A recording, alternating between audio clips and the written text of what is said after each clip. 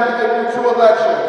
In June, there's a primary election 2025. You have to be a registered Democrat. Listen to what I'm saying. If you're independent, you cannot vote in that election unless you go to the polling site and declare that you want to become a Democrat. If you're independent, this is a closed primary. New Jersey is a closed primary state, which means that you have to declare in order to vote in a primary election in June of next year.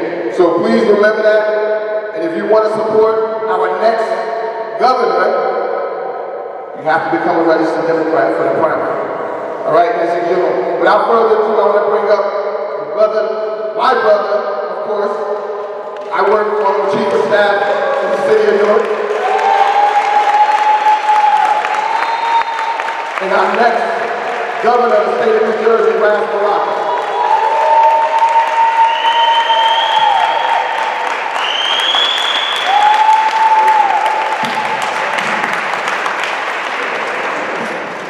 Mike is pretty loud.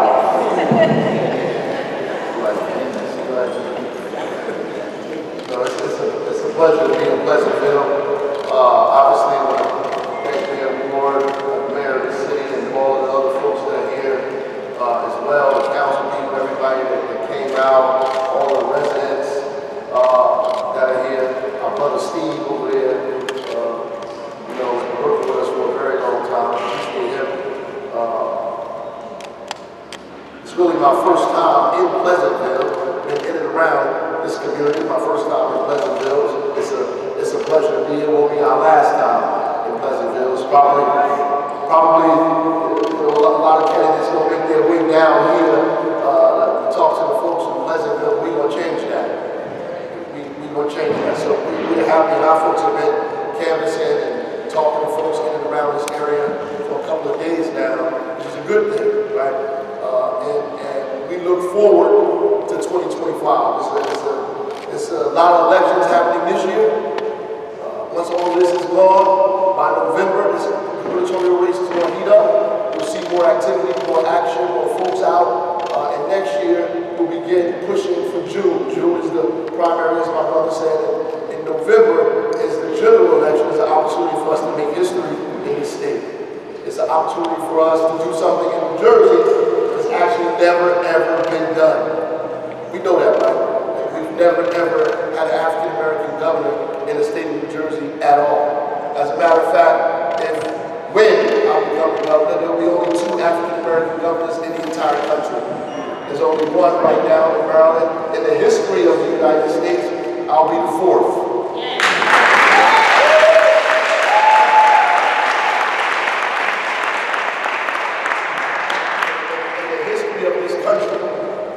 Since the inception of the United States, I'll be number 4, right? Which is a very long time for us to be here doing the work we've done.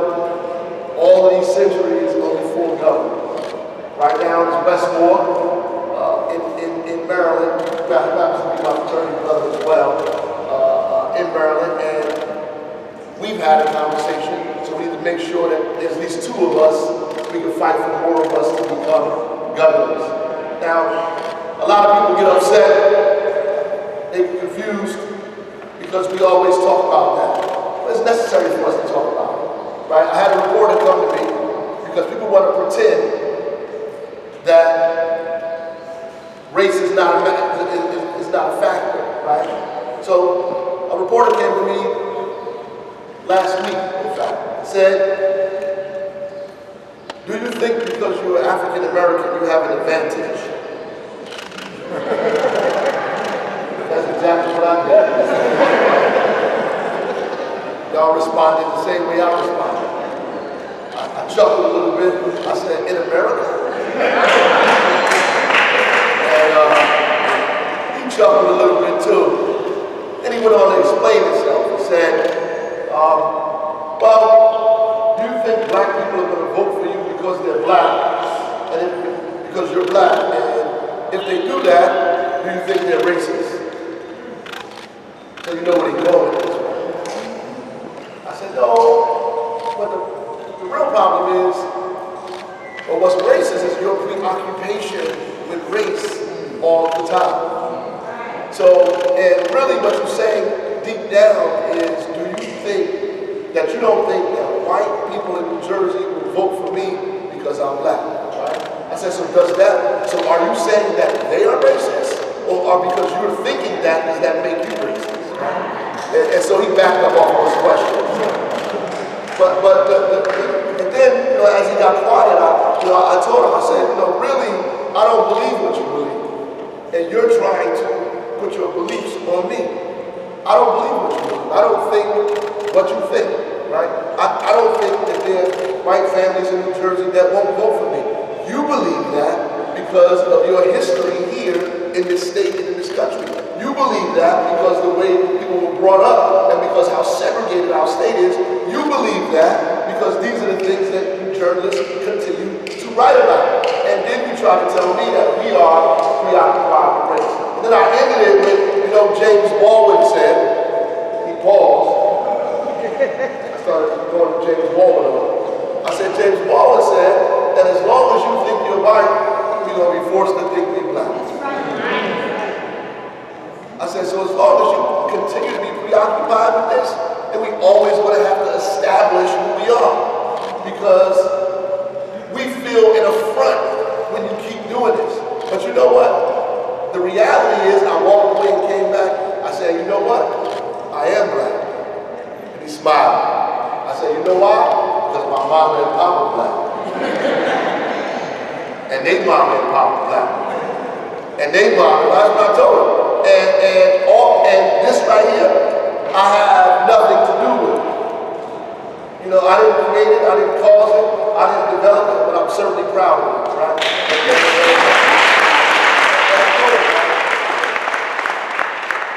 And we try to get that out of the way because the mistake, I always get it out of the way because the mistake that people make, that we make, is to always act like and pretend it's not in the room. It's in the room. It's in everybody's room. So I like to speak it out first, so we just get it out of the way. Let's get the elephant out of the room first, right? Let's talk about that. So you're aware that I'm aware, and I'm okay, right? And I think ultimately that when we say we're a progressive state, that the folks in this state are aware too. And there's some people who are saying some things, like they're trying to use that in a negative way, but we're saying it because we think that it's an asset, right? What you use to humiliate and to demean us, we're going to use to uplift us.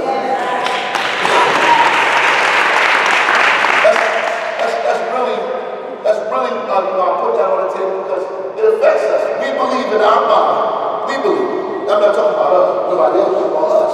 People are here, black and brown folks, believe that we're limited in what we should be able to do or can do because of what we look like. Because we grew up in a place that has taught us that these things are in fact limiting. So people look at you crazy when you say you want to be the governor, because how can you possibly do that? So I want to start with that, because when Donald Payne, who was my congressman, passed away, right? Everybody that I know was calling me, telling me, you should get that seat. It's an easy seat. You'll walk right into that seat. You should get that seat. Because they don't believe, they're scared of this one. So they say you should get this one. Which is why everybody all over the state believe that look like us, they should have that seat. So you got people who don't even live in the district running for it. You know why they're running for that seat? Because it's the one they set aside for us.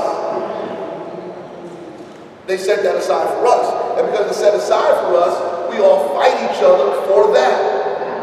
We fight each other for that, right? Because this is in your realm of possibility.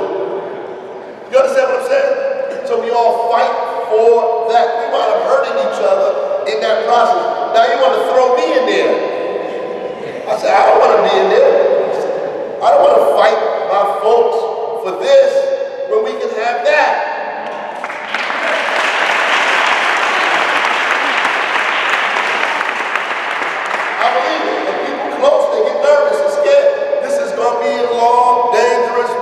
Winding road, yeah. It's gonna be a road to Damascus. It's gonna be something rough, but yeah.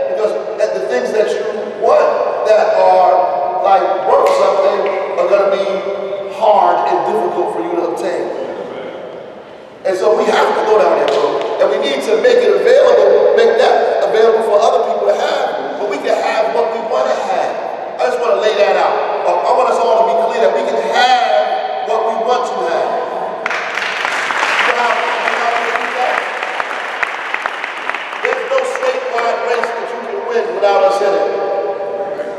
You can't win no statewide race without us in it. We can't, if we ain't in it, you can't win. We can't win without us in it. Nobody wins without us in it. Murphy don't win without blacks and Latinos. And people of color around this state. You don't win. You don't win. The majority of white families in New Jersey don't vote for Phil Murphy. So he wins with 94% of our vote, 86% of the Latino vote. He wins with all these other folks who come out because they really believe in the Democratic Party, so they push hard because they look at the other folks and they say, listen, if we put them people in there, they're going to crush us. Isn't that what we say? So we vote to make sure nobody does harm to us. We don't really vote because we love these people. We vote because we don't want to get hurt. So we know that these people are going to hurt us, so we vote the other way. But it's time for us to begin to vote for people who love us. Right? And so that's a different vote. That's a different vote. I voted that way all my life until, forever. The only vote I voted in affirmative for was Barack Obama. I voted for Obama. I voted for him, not against the other people. I voted for him. I went to the poll with pride for him. Now we can make arguments about what you think about him, but I voted for him. I love him. He was the best president we had. I wish he was back there again. Especially with what's going on now. I voted for him twice. And everybody home making debates. I voted for him twice. And there was a whole bunch of people who voted for him twice because they knew better. So he did it once, he did it again. He did it again, and you know you felt good. And then some of us young folks can understand why the people were so happy. Because I said, listen, there's some people alive in America still who lived during a time period when they could not vote. Who had to wait in long lines, poll tax, and all kinds of things in their way to prevent them from voting. So they actually did that, and they were happy and proud that they made that happen, right? And I'm creating this image in your mind of what Barack Obama did in the national scene because we're going to do it in New Jersey.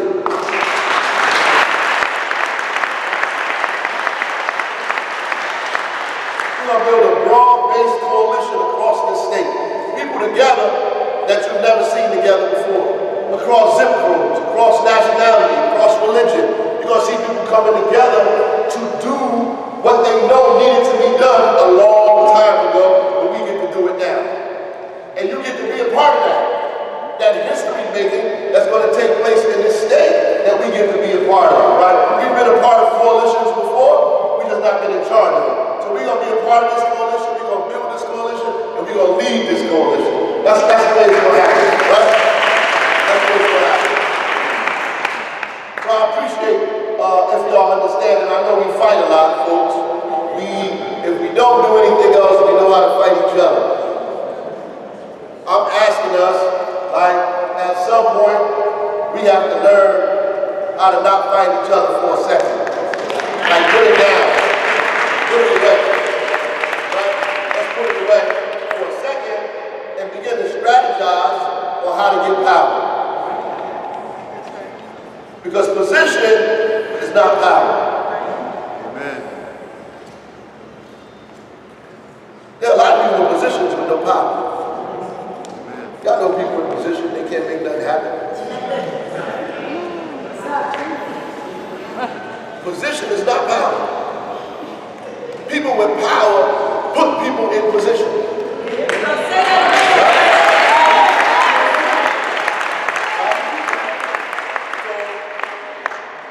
As a result of that, when those people get angry with you, they can remove you.